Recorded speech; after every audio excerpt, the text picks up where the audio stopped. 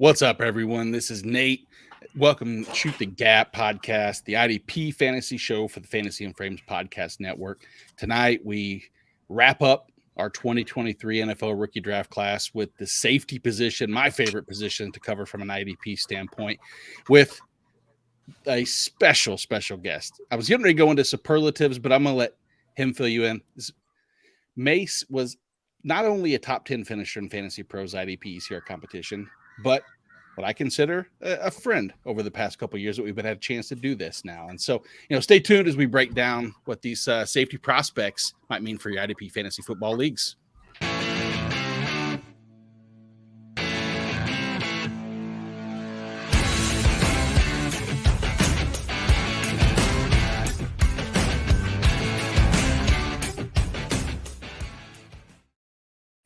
What is up? So, Mase, let me start real quick. I got flustered and panicked because I didn't even ask you, is it Riney or Riney? See, and that's why I don't say anything. That's why I just shut up, because as soon as I should have asked you. That's what a good host would have done, is said, hello, may you tell me and explain and express how you properly enunciate your name. But in this case, I'll just go with Mase because man, we don't need last names. We all know. I mean, we got Mase, Hollywood, and Nate, and there's only three of us, right? But I digress. And so before we go any further and I screw up any more names, make sure you head over to the YouTube page, subscribe, link, comment for more of our fantasy football content. Of course, DFS, redraft, dynasty, and then, well, IDP. And then also head over to fantasyandframes.com. Check out all the articles, data, etc. If you want to comment on this, head over to YouTube or text Hollywood. His phone number is 20. I'm just kidding. Mase, welcome to the show, my man. Tell everybody where they can find you, what you've been working on, how long you've been playing IDP, etc. Yeah, thanks. Thanks for having me. Been a long time coming, like you said, man. Friends, looked up to you guys coming up through the game. Hollywood Titan as well, man. I know we kind of connected a little bit, but the stars never really aligned. I'm super blessed and happy to be here. I've been playing IDP since 2017. Joined a home league with my buddies when I got out of the service, and they kind of put me on. I didn't know what I was doing. 2019, I joined the British Fantasy Football League, and that's what kind of got me into doing IDP. Like seriously, my first ever IDP trade, I traded away TJ Watt before he did really, really well, and I got Ryan Kerrigan, who did shitty and then retired the next year. So after that trade, I was like, dude, I really need to buckle down and learn my stuff because this is embarrassing. So ever since then, it really just caught wind. And since 2020, I've been trying to do the whole ranking thing, and it's finally starting to get some ground. So appreciate the shout out on that. Yeah. Yeah. And so that's been Mase Riney. He's now going to leave us because you traded away TJ Watt for Ryan Kerrigan. Yeah, I know. Clearly, everybody tune in. Can't wait to hear what kind of data you're going to get. It's going to be dynamite. But compared to what Hollywood and I can provide, the bar's set extremely low. It's a low jump, my friend. Doesn't take much, man. Doesn't take much. Hollywood, how you doing, buddy? Doing pretty good, man. How are you? Good. I'm good. We're gonna get the good juju on the internet for us this week. And guys, let me ask you a question. Safety position, IDP rookies.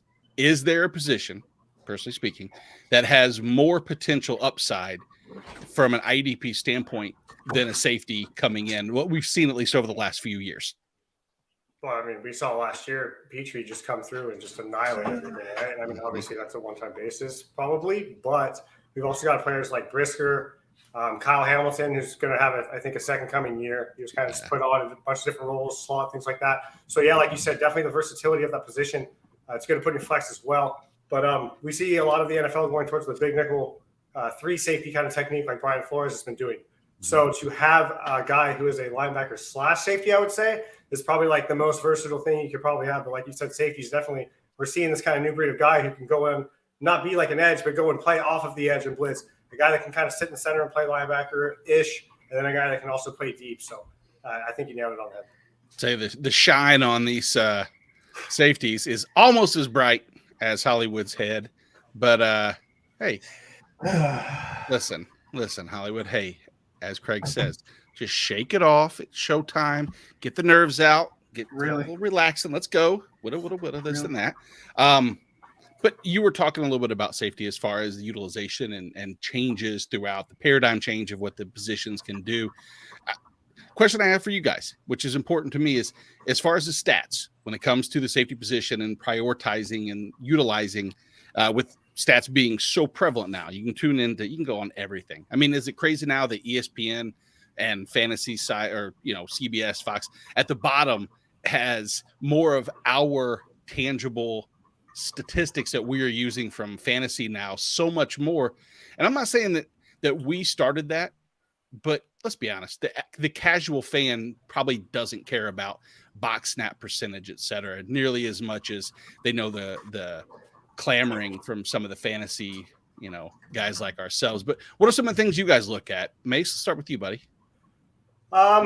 So I will say, from a safety standpoint, I want to see how much he's targeting. I want to see what he's doing, and then I'm going to look at the catch percentage that he allows, and then probably just go from there. I'm more of like a film guy. I see what they do. I'm a sucker for the tweener guys. Like D'Amico Ryans loves them. I'm a Niner fan, so it's just kind of like in my blood, I guess. Head coach Robert Saleh for the Jets, same kind of deal. He loves those players.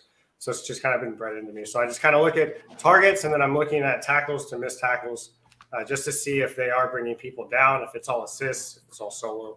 Mm-hmm. Hollywood, what about you, man? What are some of the things you may check out? Yeah, I mean, he mentioned some great stuff there, right? Targets and all that stuff. I'm also looking at, his in the box snaps. How, if they're pulling him down in the box a lot. If so, what's his blitz? Right?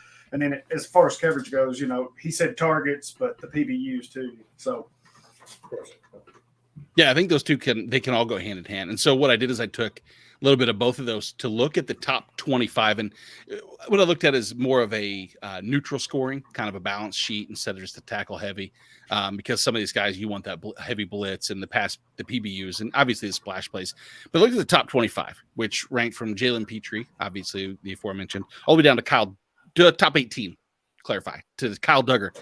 Everybody in 4 categories, what I broke it down to look at, were box snaps or defensive line snaps, mostly box, slot snaps, because we saw that emergence from some of the players like L'Jarius Sneed, et cetera, Kyle Hamilton towards the last 4 or 5 weeks of the season, pass rush snaps, and PBUs. And you have basically 4 of the top 20 were all in the top 20 in each one of those, or top 25.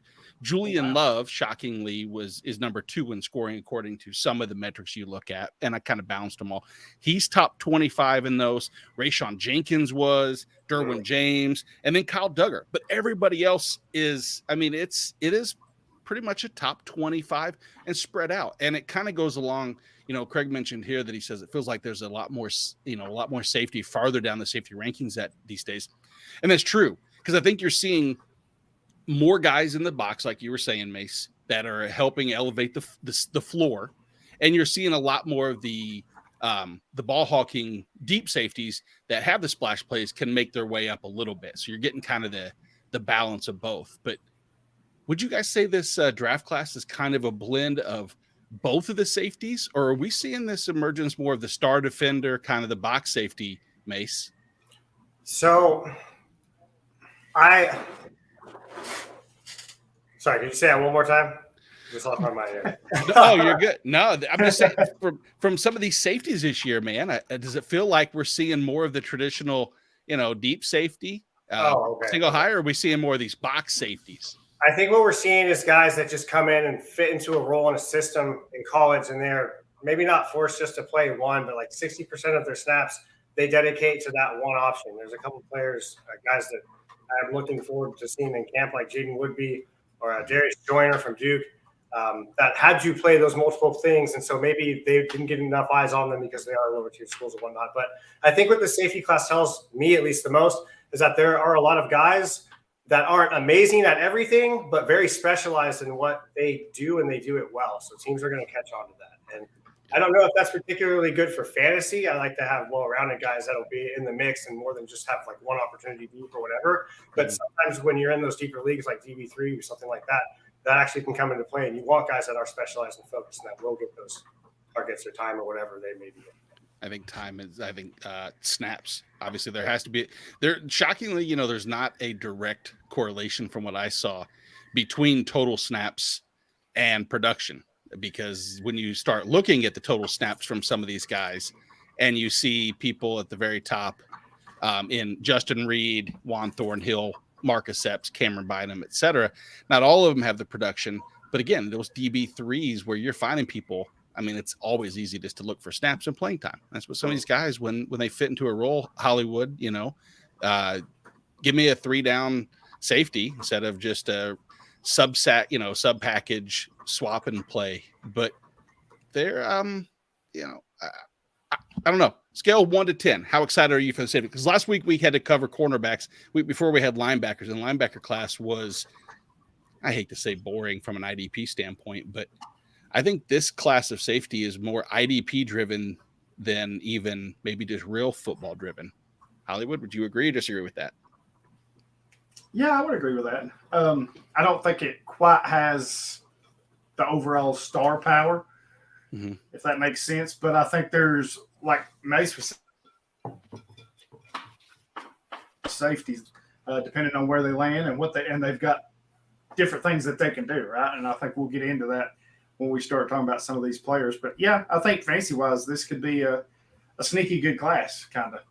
Yeah. Well, let's jump right into it. I, as host, typically I would let someone else go first, but my University of Illinois bias in me wants to get Sidney Brown's name out there as fast as possible and just go. Before we start, do you guys have who's your number one? Who is your top safety, or is that totally dependent upon landing spot completely?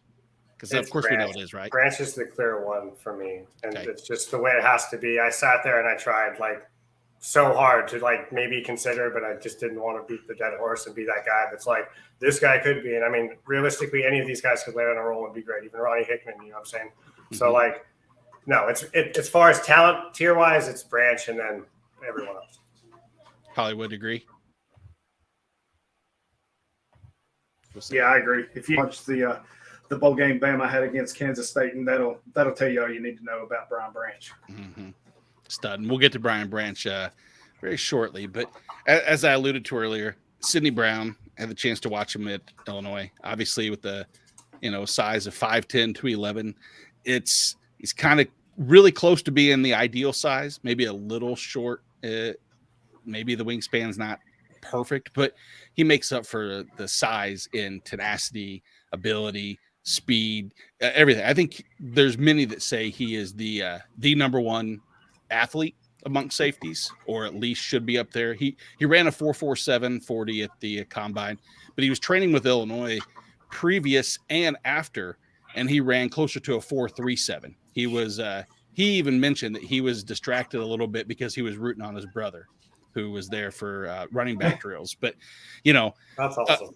A 4.37 is within the range, we'll say. So he's got speed to kill. He was a state finalist in high school in the 400 meter, the 4x400, and the 4x100. So he's got athleticism, 40.5-inch vert, almost a 10-10 broad jump. And like I said, the arm length is 31.5. But 5-year starter, really started, 2021, he had the tackle volume that you look for, but he put together everything else last year. He the tackles, that 41-19 solo to assist ratio was solid. The 3.5 tackles for a loss, his presence in the box was evident. It was really his interceptions. Got that up to 6, had the 7 pass breakups to go along with that. That pick 6, I think it was, I'm drawing a blank of who was against now. I think Wisconsin. And then the sack and the forced fumble with the fumble recovery for the touchdown. And so he put up the stats to go along with some of the advanced metrics, which, he was targeted heavy when he was in the slot in that man coverage. The 23rd most targeted safety in the NFL or NCAA. He was 3rd in NFL rating when targeted amongst safeties who had seen at least 40 plus targets. That's, it's in the NCAA's 31st overall, no matter who it was against. And if you dig a little bit deeper, if you want to look at that whole bag of tricks kind of thing, which is what we want when we talked about what's important, pass rush snaps, pass breakups, opportunity to stop the run. He was one of 2 players in the entire NCAA at any position that had 4+ interceptions, 1+ sack, and 60+ tackles. So a little jack of all trades, and that's fits into any system. So, like I said, he may be the most athletic person at safety. He's got the instincts, that tenacity that you watch on film. You see it at Illinois. It's nice to have Devin Witherspoon next to you. Kind of gives you a little bit of ease to do what you want a little bit. But they asked him, they said, what do you want to do at the next level? And he wants to play at the line of scrimmage. And I know teams don't care what he wants to do, but I think maybe, just maybe, they'll utilize that. And a team that wants to put someone in there, let him play in man. I mean, he was the tops amongst all safeties in interceptions while in man coverage amongst in NCAA last year. So capable in man coverage, great against the run. As we've said, guys, landing spot is key. For me, I think if he can land with a team that, just won't put him out in single high safety, let him play at the box like he wants to, I think that there's a very good chance that this time next year we'll say, yeah, he should have been our number one overall safety for sure. But I don't know if we'll actually say that because Branch is so dominant. It's no one's going back and saying, oh, we were stupid for putting Kyle Hamilton one. We should have. But, Jalen Petrie was talked about the if-then scenarios. And that's what I have for Sidney Brown. You guys both high on Sidney Brown as well. Hollywood, start with you. Yeah, I've got him in my top 5. So, yeah, like you said, instincts stand out, right? And I did not know that about the 40 time that he ran at 4. So 7 is impressive, but when you're getting in the 4.3s, that's pretty impressive for a safety. So, I think he's going to translate well to the NFL. Mase? Yeah, I have him as my safety 3 right now. I am kind of the guy I'm going to talk about next. He pulls on my heartstrings and wants to play since 2019. But like you said, he's really high. That was one thing I was noticing when I was going through the stats leading up to the show. Every little thing I would see, Sidney Brown. Okay, next stat, Sidney Brown up there, Sidney Brown. And it's like, okay, all right, how can you not notice this guy? He almost like drags you to his film. You know what I mean? And then you get there and you're like, okay, yeah, great.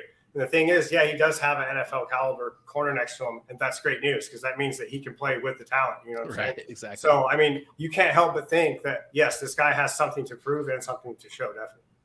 Yeah, the interceptions while watching tape found him. He didn't necessarily go out and make the plays, which some people want to, they can knock it if they want, but he's in the right spot. You alluded to this, Mase. You were getting ready to say, tugs your heartstrings. The next guy you're about to talk to does the same for me. And I really just, I could probably write 2 pages worth of information on him as well.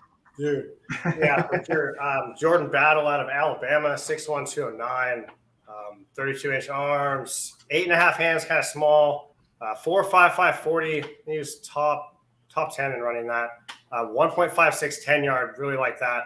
17 bench reps. He didn't really do anything else. 2022 college stats are kind of like I don't think they're very foretelling of what he's capable of. I think his 2021 stats were, but then when I say that, I kind of feel like I'm talking about Will Levis. So I'm not really going to use that as like collateral or whatever. But this year he had 71 tackles. He did have more assisted tackles, 3 more, in fact, 37 assisted tackles to contribute to that 71. 0.5 tackle for loss. I think the year before he had 4.5. So they weren't really using him as much in that press. I think they were using him more deeper, as he had 63.2% of his snaps at free safety, 21.6% in the box, and 14.2 in the slot. So it just goes to show you that he can really do whatever you want. But at the same time, he did have Branch next to him, so you had that freedom. But you turn on the Tennessee tape, and then you see Williams just getting McToasted by everyone and making that entire secondary look horrible, when in reality, you see Battle doing his thing, communicating, and you see Branch doing his thing, communicating, but they can't really carry the whole load. So I personally love Jordan Battle. Like you said, you could write stuff about him. I've got notes for days on the guy. Some things, though, that I don't like about him, he does overrun his target sometimes. He's also – I think he's worked on it. I don't know him personally, obviously, but he has had some roughing penalties in the past. I think one of them was kind of like a call. But I know in a championship game, I think he had one that got him ejected one year. And so I feel like that's part of the reason why he kind of stops in his process before he hits someone on the run. I can't say that for sure, though. When he's at the free safety, though, he has that strong safety mentality. And that's something that I don't know if they're going to have to – or whoever drafts him is going to be very cognizant of that and maybe not put him in a single high role by himself. He's definitely going to need assistance there. But like you said, this class is full of guys that are going to be good for IDP. And I think once he gets to the next level, the NFL – the coach is going to see him and hit that untapped. I feel like he's like right there, man. Like he's got everything that you want to see It's just there's something that needs to break for him. And I'm really hoping that happens soon. And I hope that the team that gets him can unlock his potential because, man, he is filthy. Yeah, you touched on exactly right. Go back to 2021 and look at his box snaps where he had 230 of them plus 220 more slot snaps. Fast forward that to this past season where Branch took over the majority of those slot snaps and he was relegated more to the free safety role. You saw the tackle volume and you're surrounded by so many elite athletes.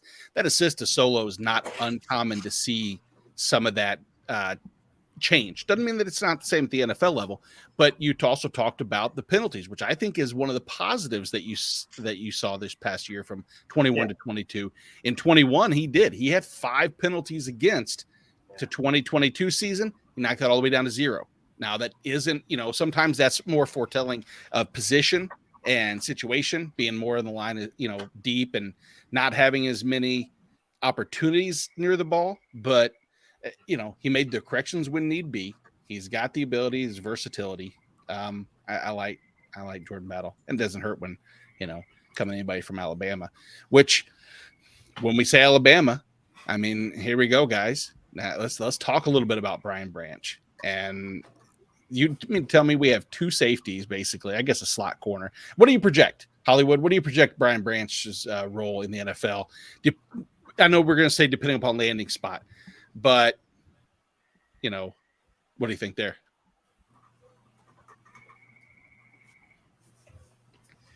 Yeah, I don't think if you try to lock him into a certain specific position, that it'll work for him, because I think he's going to be a jack of all trades. We kind of seen that at Alabama, right? They played him in the slot. They played him at free safety. They even pushed him out a little bit at the corner at times. So I think that's his value, right? You can play the matchups with him, and a player skill set that's kind of like Mase said, he's separated himself from the rest of this class, right? That's a chess piece when everybody else is more or less a checker piece, and that's a big difference. So I think you can get creative with him, and a defensive-minded coach will have a field day with this kid.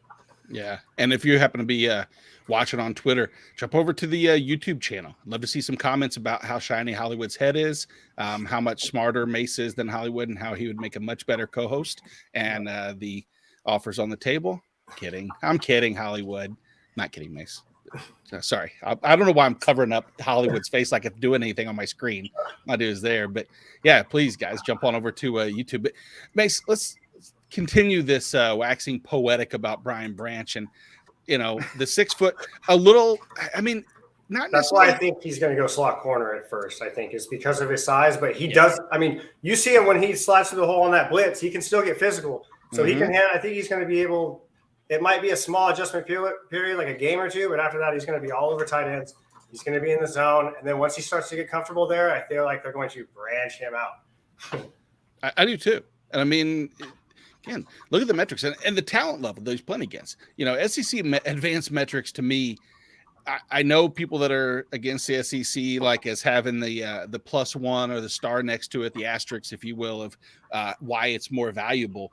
But it is what it is. I'm sorry. I'm a Big Ten fan, and it is, I understand when you have a 12% solo run tackle rate from a guy that's 6 foot 190 and a 15% tackle run rate, total tackle rate, and I'm near 80% solo to assist. Everything says that he's capable of taking on the runner, because hell, let's be honest, most of these running backs he's going to face are probably SEC running backs anyway, right?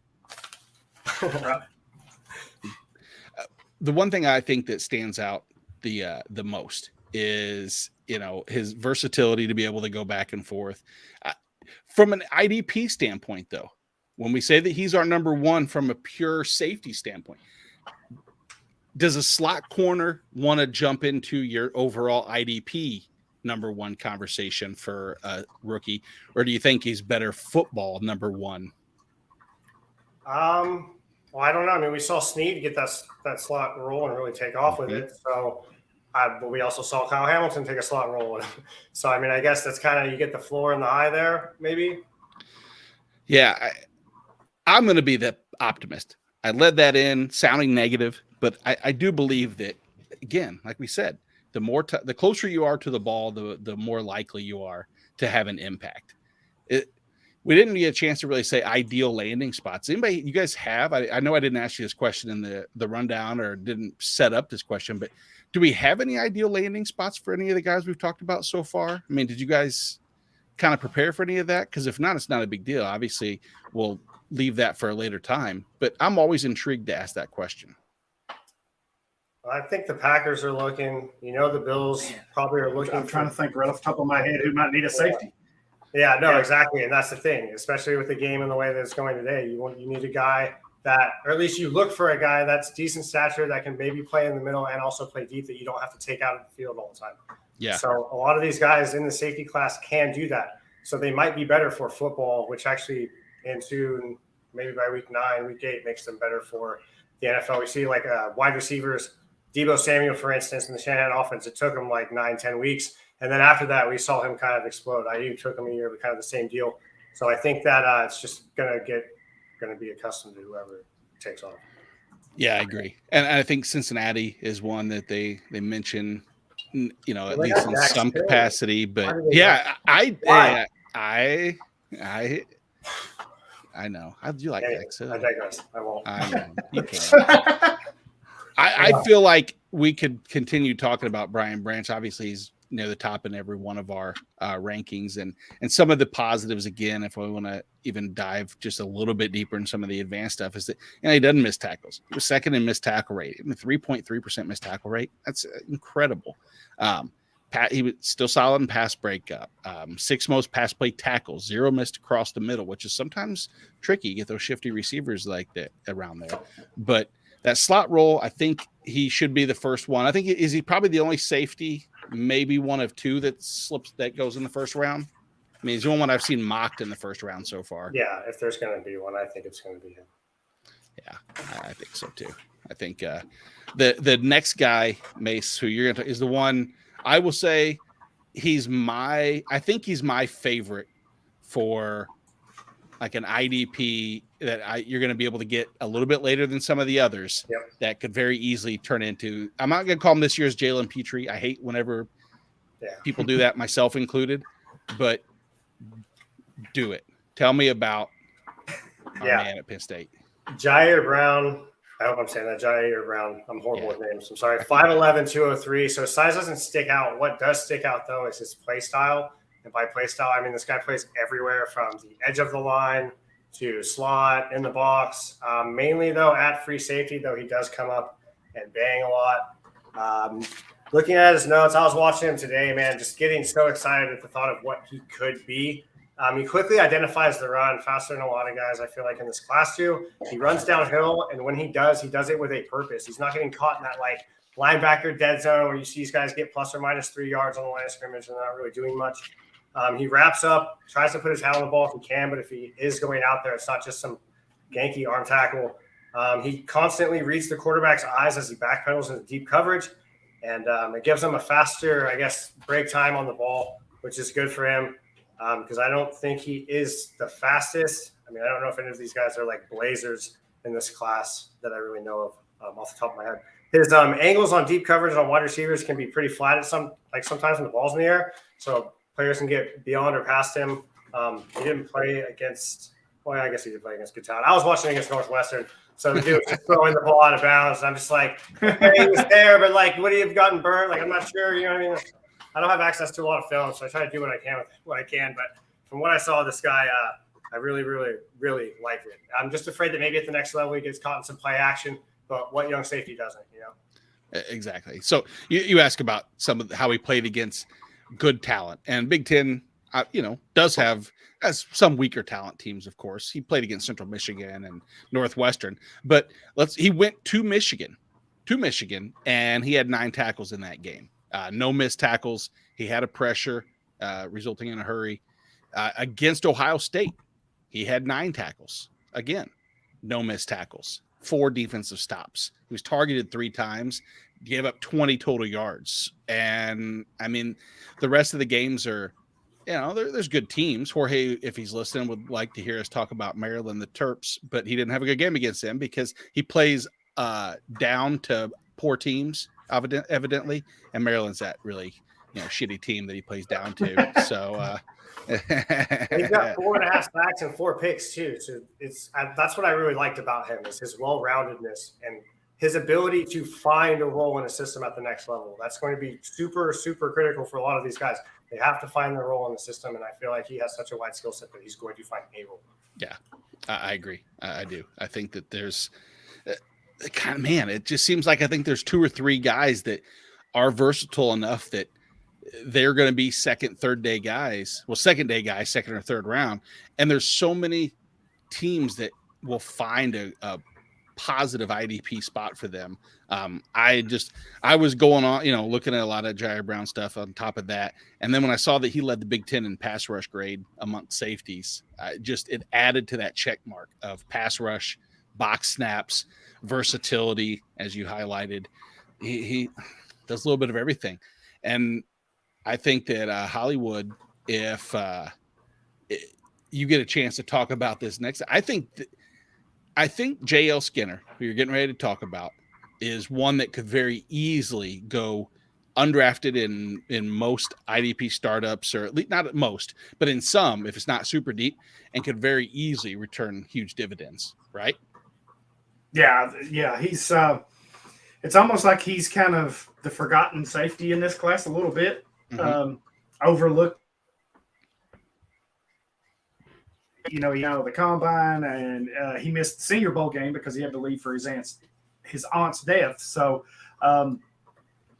we don't really know what his official numbers are because he didn't test it to combine or whatever. But he's 6'4", 209, right? You put a little weight on him, 10 pounds, you could easily move him to linebacker, and he can do that. I mean, because he plays a lot down in the box, so which I'll get to in a minute. So I know we put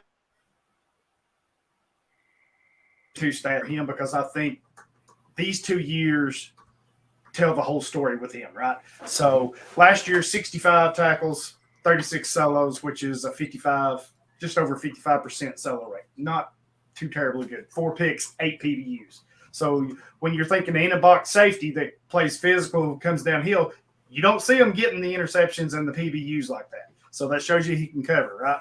So you look at 2021, it's a whole different story. 2 tackle, 71% solo tackle rate, which is up there where I like it. 7 TFLs, 2 interceptions, 7 more PBUs, 2 forced fumbles, and 3 fumble recoveries. So he had a full stat line that year, right? I think he's closer to the 2021 when fully healthy than he is 2022. But he was also played in a different role, right? So snaps. 346 or 51% of those was in the box. So that's telling me that he was trying to make up for some of their linebacker deficiency that they had because he's so big. He played 104 in the slot, which is 15%, and then he played 294 at free safety, which is 43%. So basically he was in the slot. He was in the box, or they had him at free safety, right? And more or less when they went to coverage, he back to safety, had him up in the box more or less. If you look at the year before, though, he played 806 snaps. 304 of those was in a box, so 14% less the year before in the box. His slot snaps were about the same, 115, 14%. But his free safety snaps went down too. So, he played 128, which is 15%. So, they were playing him as a true strong safety his junior year. So, and I kind of more, you can see the versatility. He can play down in the box like a linebacker. He's got good enough coverage skills. Well, I don't want to say good enough. He's got really good coverage skills that he can play free safety or in the slot. So I think there's a lot that you can do with him. 888 coverage snaps the last 2 years, only 7 touchdowns. Wow. So that's pretty good rate. I think you can do so many things with him, right? His versatility is we don't really know what he runs because he wasn't at the combine. But if you go back and watch his film, some of these angles that he's taken, when he sees it, he hits it and goes. And I mean, he can cover a lot of ground in a short amount of time, and he's usually on point, right? So hits like a linebacker, can play down in the box effectively, good run defender, terrific in coverage for, again, 6'4", 209. You don't really see that type of coverage skills. His range, or that to me, that's what stands out, right? Has the speed and power to cover tight ends, and he plays with a high motor. Change of direction is a little iffy with him, but when you're kind of linebacker-ish type, you kind of see that, right? Because you're not a true defensive back per se. But and then man coverage, I don't think you're going to see a lot of him in man coverage. If you do, it's going to be his one strength in man coverage, and that's a tight end because he's cool and he could run with him, right? So I think if you put him in a zone coverage where he can keep everything in front of him and see it, he's going to be absolutely terrific, and you can do so many things with him. I've got him as my number 3 right now in this class, behind Branch and behind Brown. I mean, I think he's getting overlooked that much in this class. And then for fantasy, right? He's in safety that's going to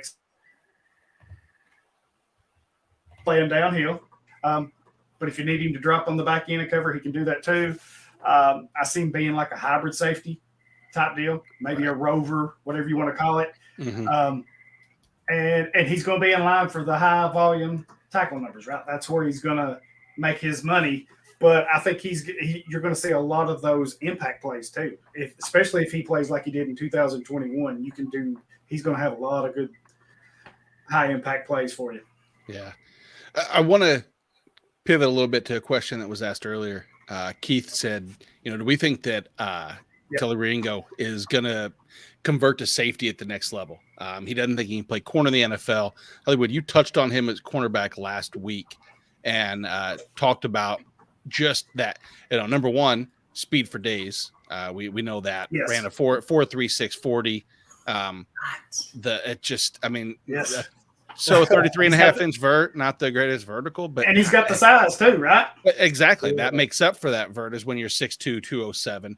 And I will say, for people that watch Georgia, Keith watched more of him play than I did. If I just look at his numbers and I go, okay, last year, as in coverage, he allowed no touchdowns, allowed a total of 380 yards, had 2 interceptions, 3 pass breakups. And then I dig a little bit deeper and I go, okay, let's look at the big games that he played. Not big game, but different competition. Let's look at Oregon. He allowed 5 of 7. And Tennessee, Hollywood, 8 of 9. But he never allowed more than 70 yards in a game. Is he that bad at safety, or was it just that Georgia had constant pressure on quarterbacks and had a lot of other assets to it?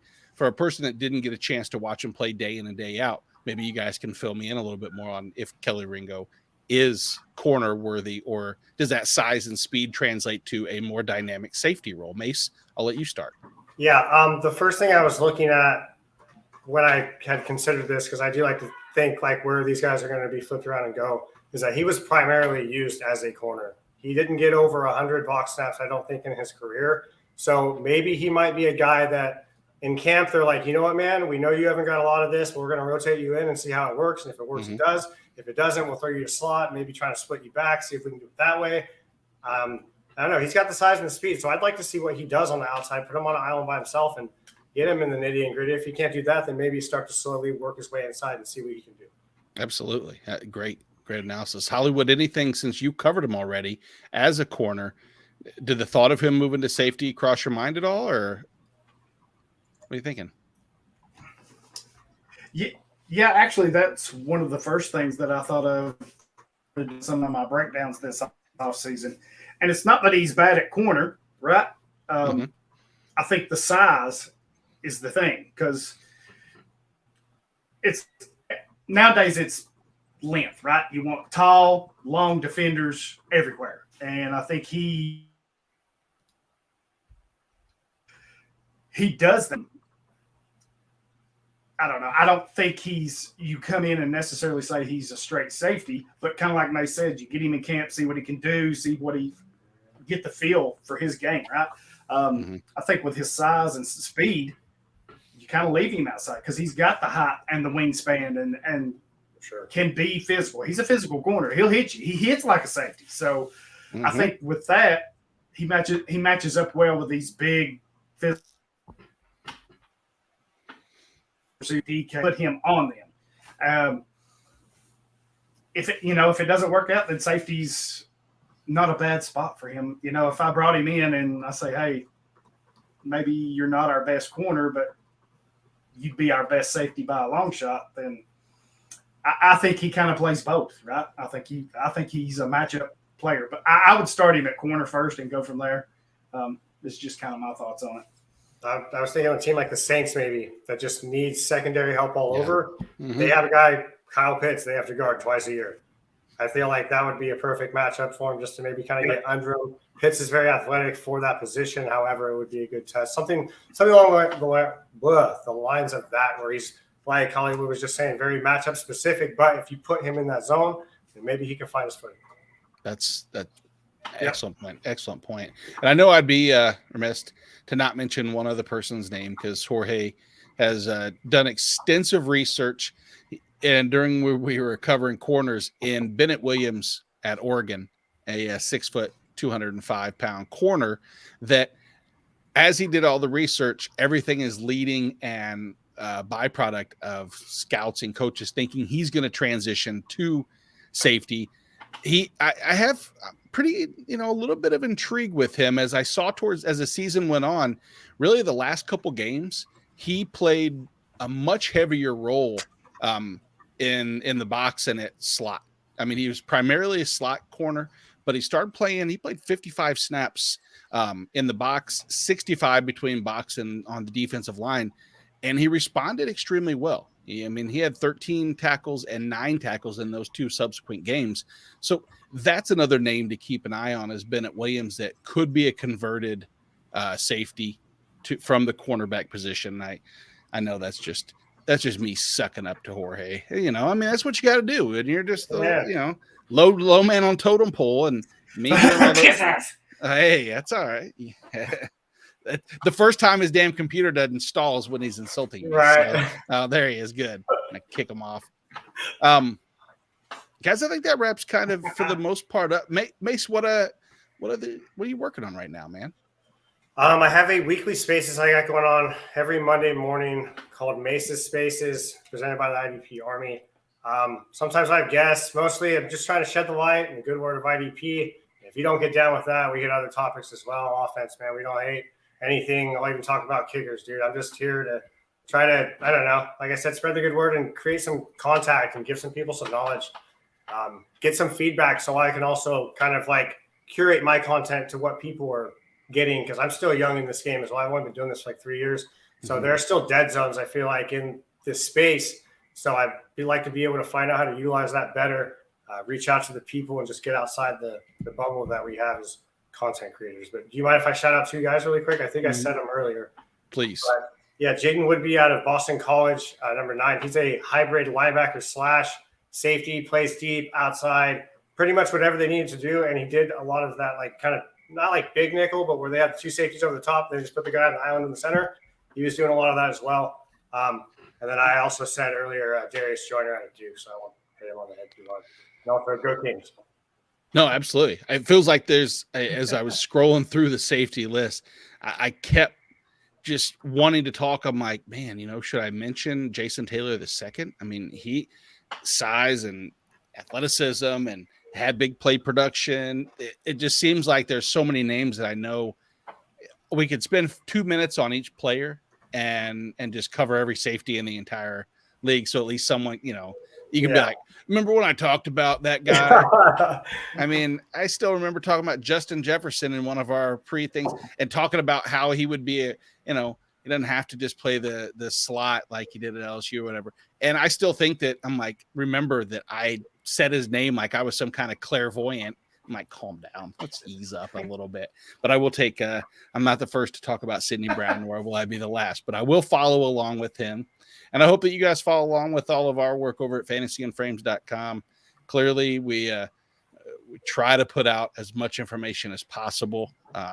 Mase, obviously, you and I are part of a couple different group chats on Twitter that is as valuable as it is out there. Hopefully, we can provide some of that over at Fantasy and Frames and .com and provide some of that. We got videos, content from every aspect you can possibly imagine. This is IDP number 1, but redraft, dynasty, best ball, etc. 7 days, fellas. 7 days until draft time. I mean, we got a couple minutes. Do you guys want to chat about draft at all? Do you have 5 minutes? Do you have any crazy draft situations you think is going to happen, Mase? I don't know. I really hope a linebacker goes in the first round, but I don't think it's going to happen. I don't think Noah Sewell is getting enough credit. I think there's a couple guys. Honestly, I have so many draft crushes for deep linebackers and deeper safeties that it's ridiculous. I don't know if it's just because I'm paying closer attention or if it's because I think something's going to happen. I don't know. But it's just the more I watch, the more I can't look away. And I really hope I'm not heartbroken with these guys and some of them don't pan out and stuff, man. It's really hard. But I don't know. Love to see the process and just that bubbling that's kind of going. Like, we're going to start seeing more lies, start seeing more players come up for no reason. Players get shot down for no reason. I'm locking myself in for this roller coaster ride. If anybody that doesn't have plans for next Thursday, we have our yearly tradition on our YouTube channel, on here at Twitter, pretty much everywhere. I think you're welcome to go over to Gator J's house. We'll give you his address on the Discord channel and everything else. Go to watch it in his living room. He's cooking wings and brisket, I believe. Okay. Top free. He's giving out beers. It's great. I can't guarantee that. The things, things expressed by Nate are not the content of you said it's true. So it is the gospel. Gator's house for free beer. I don't lie too often if I can avoid it. Hollywood, what the hell are the Titans going to do? Do the Titans take a quarterback? Man, I don't know. I think they got to go offensive line. They've got to fix that offensive line. I think so too. I keep seeing Anthony Richardson's name mocked to him and some of these other situations. I just think, geez. Not that I think, Malik is the answer, but woof. Woof, woof, woof. So, no, he's not, but I just think it doesn't matter if you can't fix your offensive line, then your quarterback's play is not going to be, that's just it's true. To do. But, that is it. I got a question. Are y'all buying that Houston is not taking a quarterback at 2 and looking at maybe Will Anderson? Are we buying this? I think their hand's kind of forced at this point. I don't know if anyone wants to move up to because they also have the 12th pick after the Titans as well. Yeah. So we saw the Patriots kind of wait a couple years back and then land Mac Jones, who hasn't been flawless by any means, but he's also not Josh Rosen. So it's true. The Niners traded 3 picks for Lance, and we kind of see where that's going now. So honestly, I think it might be smartest for them to just go ahead and get their, lack of better words, their Nick Bosa. We saw D'Amico and what he can do with defensive players, Dre Greenlaw, Fred Warner, for example. Just finding the diamond in each one of these guys and taking it out of them, especially being a former player, hype man, friend, great leader. I really, from the bottom of my heart, I would really want him to take Anderson. And then even if he doesn't and he does take a quarterback, hopefully somehow get Tyree Wilson so he can build him up, because I feel like he has a lot of potential as well. I hope they go defense. I really hope they do. I do too. Actually, you touched on it. It's very intriguing. Is can Tyree will last to 12? Because the outside of that, everybody else's names. Miles Murphy now, who I had seen mocked a month ago in the top 12. There's mocks that he's going to 31 at Kate for the Chiefs. So he's fallen down. And obviously the lack of linebackers, or at least what we think linebacker, is something that I think that day 2, we're going to see. There will be more comments from the announcers from whichever broadcast you're watching that say, what a solid pick to get, Trenton Simpson to add to your team, or, Jack Campbell's going to fill. I think that's the only one that could go. I think he could theoretically, I think Buffalo could take him. But if I'm Buffalo, I'm trading down and I'm just going to say, I'm going to wait till day 2, let one of these teams that need a quarterback that towards the end, maybe anybody that's eyeing Hendon Hooker to get that extra year of eligibility, maybe get us, trade spots and pick up like as high as maybe a third. I don't know trade values as well. I'm not going to pretend that I do. If you guys ever use PFF's mock draft, it is so easy to make trades with teams that they say they're willing to make trades. I'm like, they'd really trade spots, move down 10 spots for an 8th, 7th round pick. I was like, that doesn't seem right, but they know more than I do. So I don't know. Gator wants to know, so we kind of talked about this a little bit as far as number 2, and maybe that's what you guys were alluding with too. But Houston, I actually did a mock with this where I had them taking Stroud and JSN with that pick. I thought that's it's a fun process. I don't know if Houston, the GMs really go into it with as much, this will be fun. They know each other and, this will be good. Or if it's just, I agree with you. Will Anderson takes, I don't know, man. I think if they take quarterback, if they take Stroud, then I think teams are going to know that they're probably going to try to get JSN with the trends that are going on. Mm-hmm. These 3 quarterbacks who get the guy out of college, and they're doing pretty well. So, I think you just don't get cute. If there's any,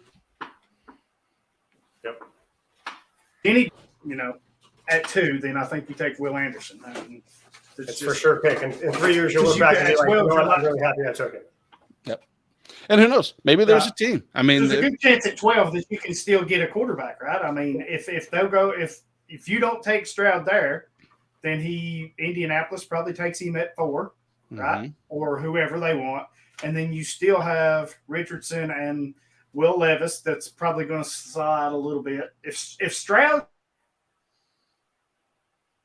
at 2, then everybody else slides behind him, right? So, and I don't know that even if Houston got Stroud this year, right, or whoever they take it to, I don't know that that's going to be enough to turn that team around, whether or not an early pick next year, because they're talent-wise, they need some help. They need a lot of help. So it's not the world's worst thing if you don't get Stroud at 2, because you're probably going to be top 5-ish, 6-ish next year in that class. Have the line for them too. Yeah, exactly. There's just we've seen that in Houston before. So that's the risk has been roughed up, dude. Gator. And speaking of this, remember a few years ago they pulled off the big thing. Everybody thought they were taking Reggie Bush, and what they do? They hammered Mario Williams. So yeah, true. The precedent's been set there before. That hurts. I love Reggie Bush. He's like my hero. Yeah, unfortunately, that's the one thing that I love about the draft. And this year, not to say, I think every year everybody says, "Oh, this is going to be the year." No one's going to be able to top what happened last year. This year's the year, but there are legitimate situations where I would be shocked. Let's go. Would you be shocked if Kyler Murray is traded during the draft or within a week after? No.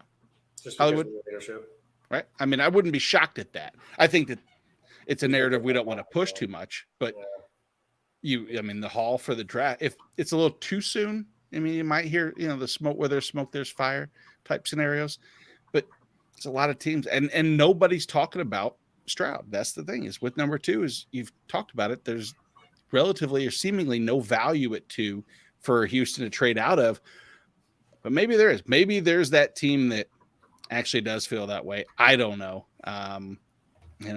Gator thinks there's a blockbuster coming. I hope so for the sake of the fun of it all. I think that's what we want, but I don't know. I would say this: if Tennessee makes a move for a QB, I don't know what they have or what they could package, but if they get a QB, I would hope they would move up to 2, which would never happen in division, right? But I would like to see them try to go up there to get Stroud. If Houston takes Will Anderson, if I was Tennessee and I wanted a quarterback, I'd be beating Arizona's door down to try to get that third spot again. Mm-hmm. And if Arizona, I mean, you would have to think that a month ago it would have been Jalen Carter falls in their lap and they have to just absolutely eat it up if it's Will Anderson at 2. And I don't know if that's the case anymore. I think I still would if I was them, but I don't think Arizona has the leadership of the team dynamic to worry about quote unquote off the field problems. And I'm not saying he even has them. He had, one situation. That's where all these mocks to Seattle and some of these teams that you're like, damn it, that makes a lot of sense. They'll be able to do it. Seattle on Jalen Carter. Yeah. So, but guys, here, if you want more of the obviously draft talk next Thursday, come on over. We will have pretty much, I'm going to say guests. It'll be a party, BYOB, of course, please. But sweet.